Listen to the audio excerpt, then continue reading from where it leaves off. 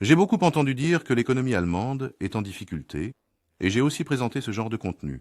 Mais récemment, on dit même que le modèle économique de l'Allemagne lui-même commence à Comme s'effondrer. vous l'avez dit, ce n'est pas nouveau d'entendre que l'économie allemande est en difficulté. Pourquoi? Ces derniers temps, les articles laissent entendre que le modèle de croissance économique, à savoir l'industrie manufacturière, pourrait réellement s'effondrer. Il n'y a aucune prévision de croissance pour la production industrielle de l'Allemagne l'année prochaine. En fait, toutes les prévisions sont revues à la baisse. Dédit. En fait, la crise de Volkswagen en Allemagne est un exemple parfait de la situation économique actuelle de l'Allemagne. Pour la Oui. première fois en 87 ans d'histoire, Volkswagen prévoit de fermer au moins 3 de ses 10 usines en Allemagne et de licencier des dizaines de milliers de travailleurs. Oui. L'endroit qui autrefois incarnait la fierté du royaume automobile allemand en est arrivé là pour plusieurs raisons, dont la principale est le changement dans les relations avec la Chine. En fait, il y a seulement quelques années, la Chine était un marché d'exportation pour l'Allemagne et non un pays C'est ça. concurrent. Ce n'est pas seulement le secteur automobile, mais aussi les produits chimiques et l'ingénierie de précision qui étaient concernés. Ainsi, la Chine, qui importait des produits allemands, s'est fortement avancée dans le développement des voitures électriques, provoquant un changement dans leurs relations. Oui. En Chine, qui était le plus grand marché pour Volkswagen, les voitures allemandes ne se vendent plus, entraînant une inversion des parts de marché.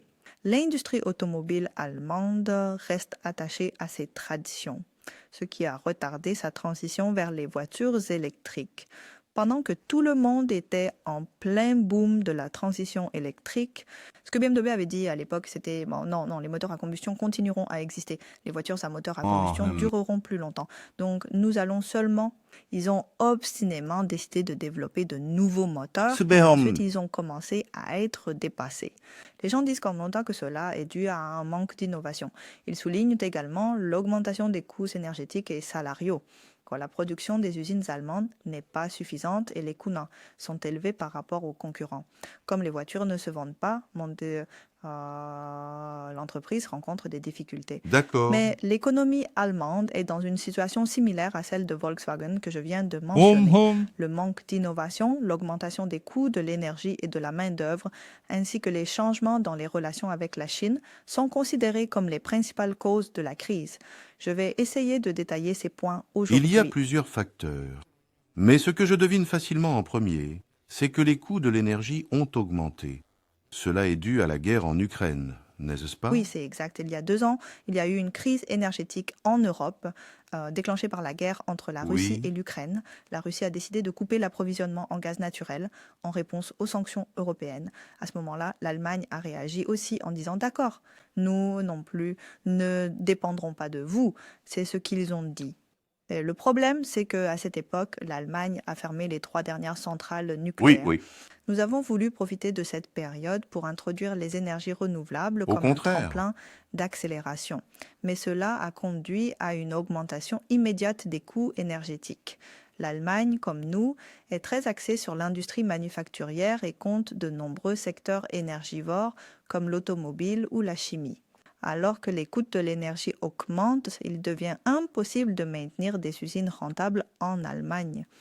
Un exemple typique est la société chimique allemande BASF qui a Oui. annoncé ne plus pouvoir produire de l'ammoniac dans son siège en Allemagne pour ces raisons et a licencié des milliers d'employés. Oui, donc nous avions facilement deviné que le coût de l'énergie augmenterait, mais vous avez également mentionné plus tôt que cela ne provoque pas d'innovation.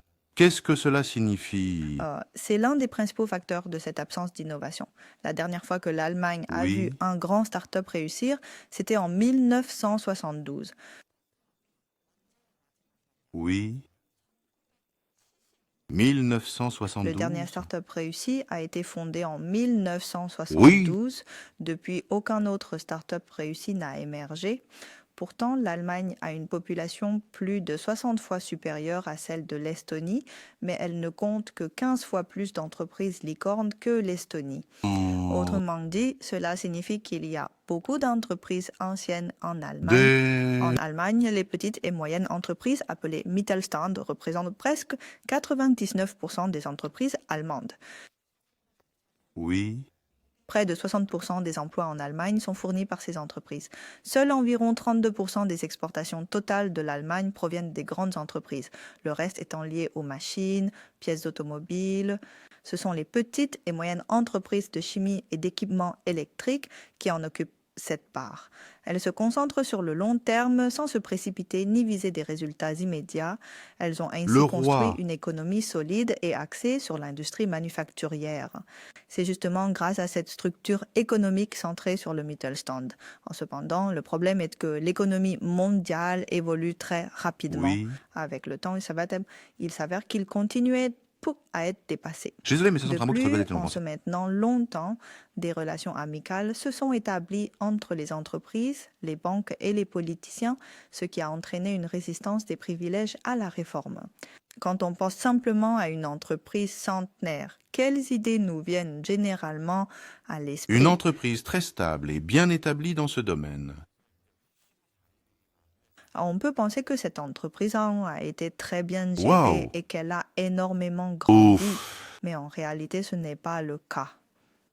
Cela Hmm. ressemble à ces restaurants traditionnels de 100 ans que l'on imagine. Oui, Les restaurants sont vraiment délicieux et compétents, mais en fait, ces établissements sont transmis de génération en génération oui, sans s'agrandir et ils préservent simplement la oui, tradition. c'est vrai. Donc, la plupart sont de petite taille et l'on peut penser qu'il y a vraiment beaucoup de ces entreprises traditionnelles en Allemagne. En Allemagne, les entreprises créées avant 1950, 70% des entreprises cotées en bourse aux États-Unis, Ding! ces entreprises ne représentent que 50%. Hmm. Par comparaison, c'est élevé. Oui, Ainsi, la proportion de nouvelles entreprises créées chaque année aux États-Unis est de 8% de l'ensemble des entreprises, tandis qu'en Allemagne, elle n'est que de 3%. 그것 채취차. Ainsi, aux États-Unis, les entreprises apparaissent non fréquemment compétites et échouent, puis de nouvelles entreprises compétites et les gagnants se développent, tandis qu'en Allemagne, elles ne font pas souvent faillite. Oui, Cette année passe sans innovation. Pour faire une comparaison, c'est comme si, Gorgut.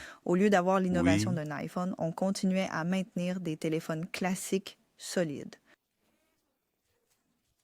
Je comprends maintenant ce que vous voulez dire avec cette analogie. En y réfléchissant, l'Allemagne est venue avec une telle compétitivité, mais en cette période de changement rapide, sa structure économique n'obtient pas de grands résultats. Cependant, pour que l'économie se développe bien, la stabilité politique est aussi importante. Comment est la politique en Allemagne de nos jours? J'ai entendu dire qu'il y a quelques inquiétudes. Oui, c'était un peu tendu et puis ça a Je l'ai éclaté. donné. Ça a éclaté. L'Allemagne était dirigée par une coalition et non par un parti unique. Mais au début de ce mois, Oui. le chancelier Olaf Scholz a limogé le ministre des Finances, ce qui a entraîné cela. Le gouvernement de coalition s'était effondré. Avec l'effondrement de la confiance dans le gouvernement, il y a eu des pressions pour organiser rapidement des élections anticipées. Finalement, les élections prévues initialement pour le mois de septembre l'année prochaine, les partis ont convenu de tenir des élections législatives anticipées en avançant à février. Oui. Le parti qui gagnera ici verra l'émergence d'un nouveau Premier ministre. Oui. Cependant, avant cela, dans le cadre des procédures pour les élections anticipées, un vote de confiance concernant le gouvernement d'Olaf Scholz est prévu à la mi-décembre. Pour que les Ouais. partis puissent entrer dans les préparatifs des élections anticipées, ce vote doit échouer. Actuellement, il est fort probable que le vote de confiance échoue. Ah, je vois. L'économie allemande ne sera vraiment pas facile même l'année prochaine. Nous devrions peut-être aussi nous soucier de notre pays, mais l'Allemagne a également beaucoup de choses à résoudre. Passons maintenant à un autre sujet rapidement. En écoutant cela, ça m'a fait vraiment rire. Au Japon, une agence se charge désormais de remettre les lettres de démission à la place des jeunes générations. Ça, c'est incroyable. C'est comme si maintenant je me retrouve dans une position où quelqu'un me remet sa démission. Mais quand même, c'est un peu étrange. Cela peut être le cas Oui, du point mais de c'était vue tout de du même une récepteur relation, et de peut-être qu'il ne pensait pas que l'employeur. c'en était une. Depuis la pandémie de Covid-19, des entreprises ont vu le jour au Japon pour contacter les supérieurs hiérarchiques à la place des employés, soumettre leurs lettres de démission et gérer toutes les procédures nécessaires à leur C'est pour départ. cela. En échange d'un peu plus de 200 000 won tout cela est pris en Oui. charge. Selon les statistiques d'une entreprise japonaise d'information sur l'emploi, il semble qu'un travailleur sur 6 au Japon a utilisé ce type d'entreprise de service de démission pour changer d'emploi. On peut interpréter PRN. l'apparition de ces entreprises par deux raisons principales. L'une est un problème chronique dans l'environnement de travail au Oui. Japon et l'autre est la fréquence élevée de mobilité chez la jeune génération. Oui. Toutes Oui. les entreprises au Japon ne sont pas comme ça, mais au Japon, il faut toujours se dévouer pour l'entreprise. Il y a une telle culture. Beaucoup d'endroits ont encore cette vieille notion qu'une fois Euh, qu'on entre dans une entreprise, moi c'est pour la vie, on ne doit pas démissionner. C'est impossible. De plus, les supérieurs pensent parfois que si un employé exprime son intention de démissionner, c'est parce qu'ils n'ont pas su bien diriger. 죄송합니다. 그런 요청은 수용할 수 없습니다. oui.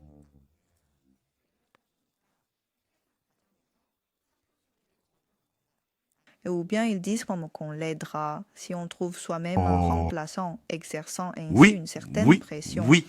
Dans un sondage, 40% des personnes ont répondu qu'elles utilisaient ces services car leur employeur avait empêché ou pourrait empêcher leur démission.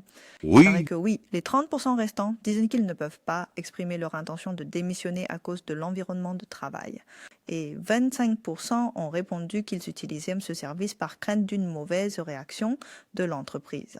Il y a donc aussi de D'accord. nombreuses autres raisons comme les heures supplémentaires, les bas salaires, la violence verbale et le harcèlement Je sexuel. suis d'accord qu'il peut y avoir beaucoup d'autres raisons. Si vraiment un supérieur a subi de la violence verbale, on ne voudrait probablement pas le voir en face. On jetterait plutôt sa démission et demanderait à régler ça par soi-même. Cependant, il est un peu difficile d'être d'accord avec les 3 points Et qui un ont autre été mentionnés point, c'est auparavant. que la jeune Oui, génération en tout a cas, tendance à oui. changer d'entreprise plus rapidement qu'auparavant, surtout après avoir réévalué l'équilibre entre le travail et la vie privée depuis le COVID.